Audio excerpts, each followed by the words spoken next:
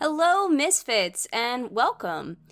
In this episode, since we're getting into the month of October, I thought it would make a lot of sense to do a video talking about one of the spookier campaigns of 5th edition, Curse of Strahd. Curse of Strahd is a campaign that's pretty near and dear to my heart. It's the first campaign I ever ran as a DM, and it was kind of my first taste of getting to sort of play around in a world and mess with fantasy and create a story. And so I just love it. And I made a lot of changes to Curse of Strahd when I ran the game, and I thought I'd make a video talking about that. So these are 5 ways that I changed Curse of Strahd to make it better. I asked my group a little bit about this because I wanted their take on things, and I wanted them to tell me what they thought were their favorite changes that we made, and what they thought weren't their favorite. So this is my top 5 that I thought I'd share with you guys today. And if you don't know about us, we're Misfit Adventurers.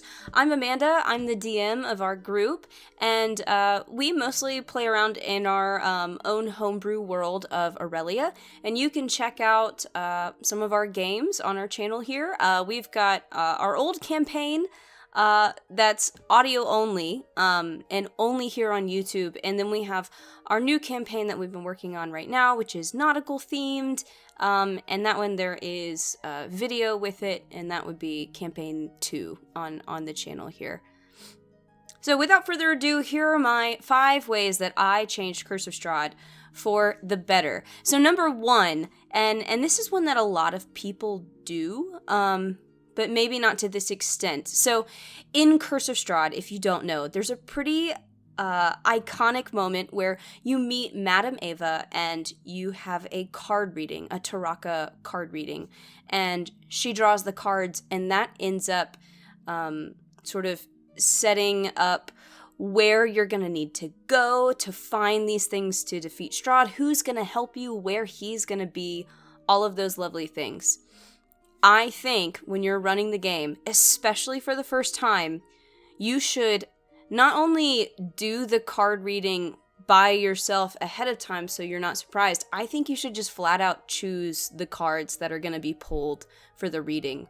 So basically, you are deciding ahead of time which locations that you want the party to hit and go to during the campaign. I think this is a better idea than a random drawing because there are a lot of locations in Curse of Strahd that if you don't have a reason to go there, like a real reason to go there, there's really just no point to make the risk. Some groups might, want to explore every corner of Barovia. A lot of groups, my party being one of them, want to get the fuck out of this horrible place. They want to get home. They've been pulled away from their home world and thrust into this horrible place where everything wants to kill them and everybody is sad. So they didn't really want to kind of dilly-dally and wander around. So I picked places that I thought were the most interesting, that I wanted them to go to without a shadow of a doubt because they were cool. Like the Amber Temple, Argenvoshtolt, where else did I pick? But those were some of the big ones, or you could make sure that they hit where Baba Lysaga is. Those kinds of things, you want to make sure that they go to. So I would pick those, and I would put, like, Strahd's book, or the... I think it's the icon of Ravenloft maybe is in one of those. There's the sword, things like that, so that they had to go to these places. And that was a really good change for us, and made a lot of sense. And then they kind of had to touch on the best locations in the campaign book, and I knew that they wouldn't miss them, which was important to me because I didn't want them to miss out on some of these great places. All right, number 2, introducing Strahd early and introducing him in disguise. There's a little bit of information kind of buried in the book where it says that sometimes Strahd has pretended to be a Lord Vasily von Holtz. I think there might be some letters that are written under that pen name, and it's revealed to be Strahd. But you don't necessarily run into a Lord Vasily von Holtz in the book as it's written, and I decided to change that. I like it when the villains are a persistent threat throughout the campaign, and I like it when it's somebody that the party really gets to know.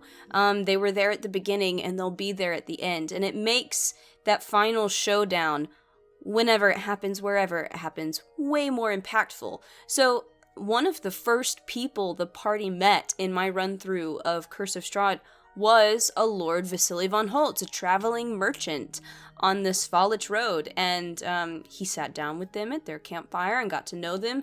He gave them a few tips, warned them about a few things, and told them that if they ever made it up to Vallaki that they should hit him up and he'd help them out and things like that. And it really made Strahd a more interesting character, and it showed that he really loves to play with his food. And I kind of took that even further, where they were invited up to Ravenloft way sooner than the book would have you do it. And he would show up periodically, and he was just a very persistent threat. And I think the party ended up loving him as a villain even more, because they felt like on certain levels they really got to know him, which is exactly what I wanted. This next change, when I polled my group, this next change was their absolute favorite. And it was what I did with the Sun Sword. I really made the Sun Sword its own character, or rather, I made Sergei and the Sun Sword far more connected than they would be. There's a lot of descriptions about the Sun Sword. It's missing its blade. It's been part of it has been lost. It belonged to Sergei. It's a sentient sword with emotion that can communicate to its wielder on a certain level. And there's a lot of talk about Sergei and who he was. He's Strahd's brother, and he was a really good guy, and his brother killed him because he got jealous. He wanted Irina. I decided to... It's my dog.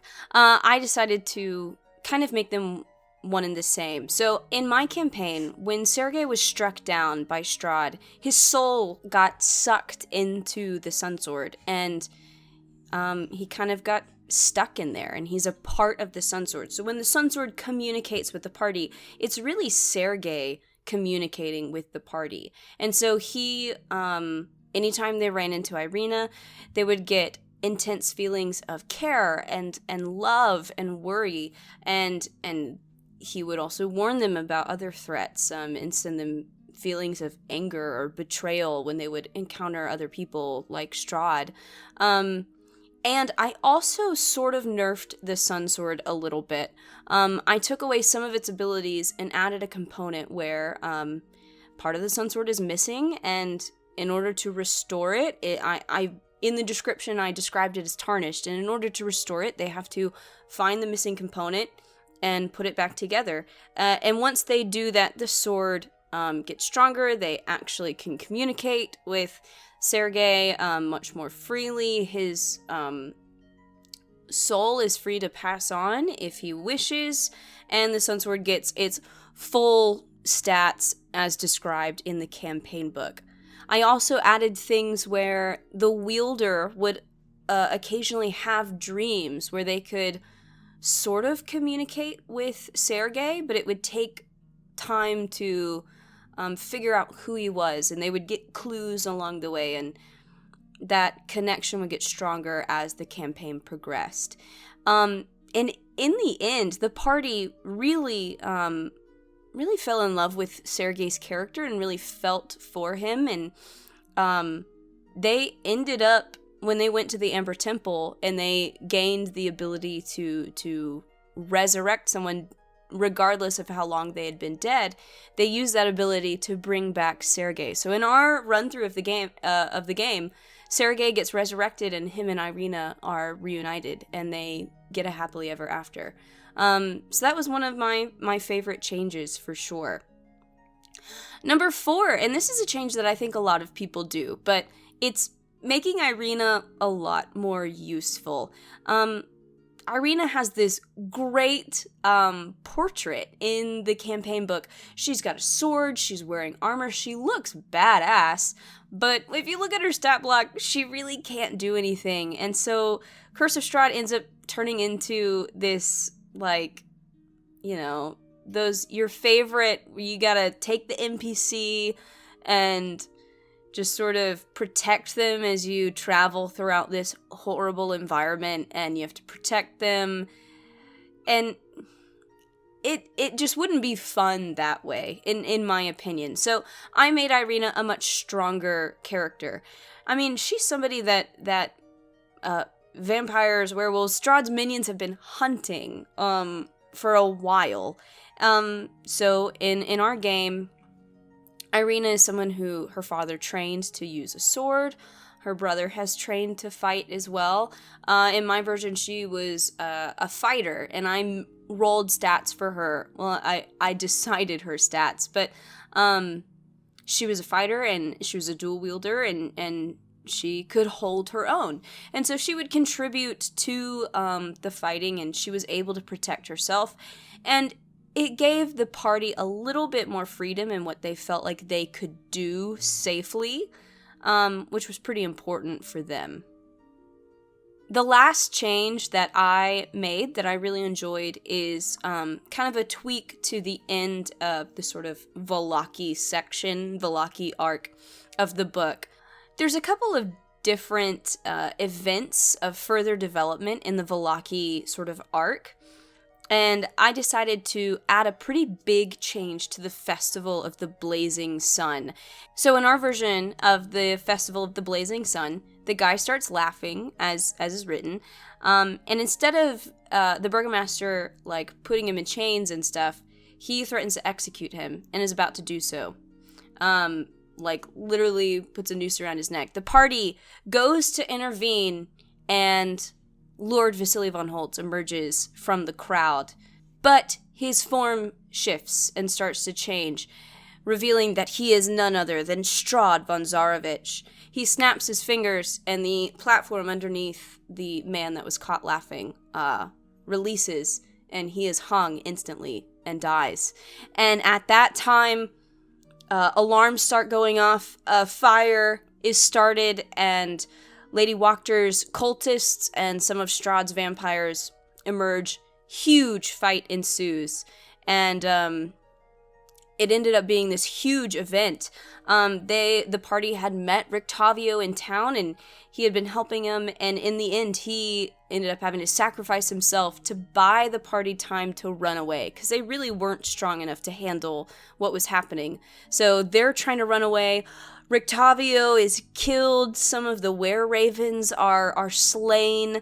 Strahd is gunning for them because he wants the sun sword. It was a whole mess, and the town of Lockheed ended up basically being destroyed.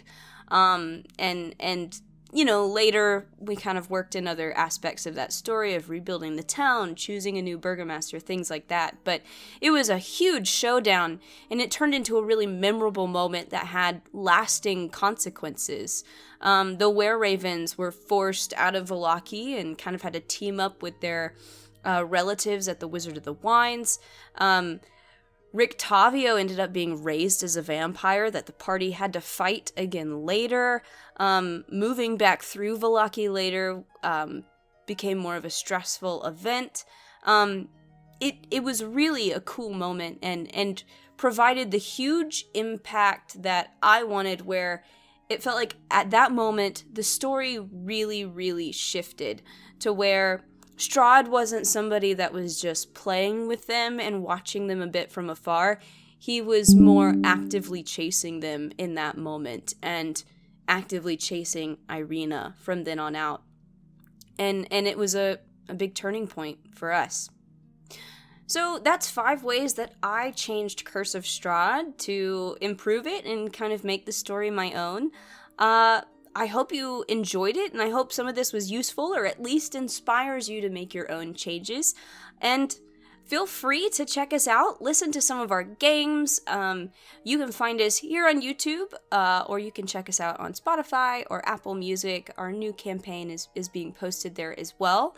And of course, feel free to like and subscribe. We would be happy to have you as a fellow misfit. So, catch you later, and hope that was all useful to you.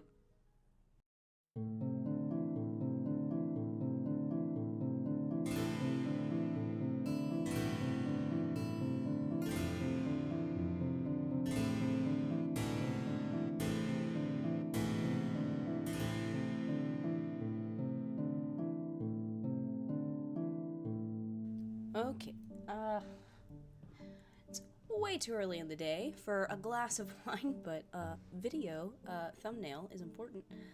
All right, how does he hold this? Like, what you doing, Strahd? Maybe I should back up. Gonna hit my dog? Hopefully not.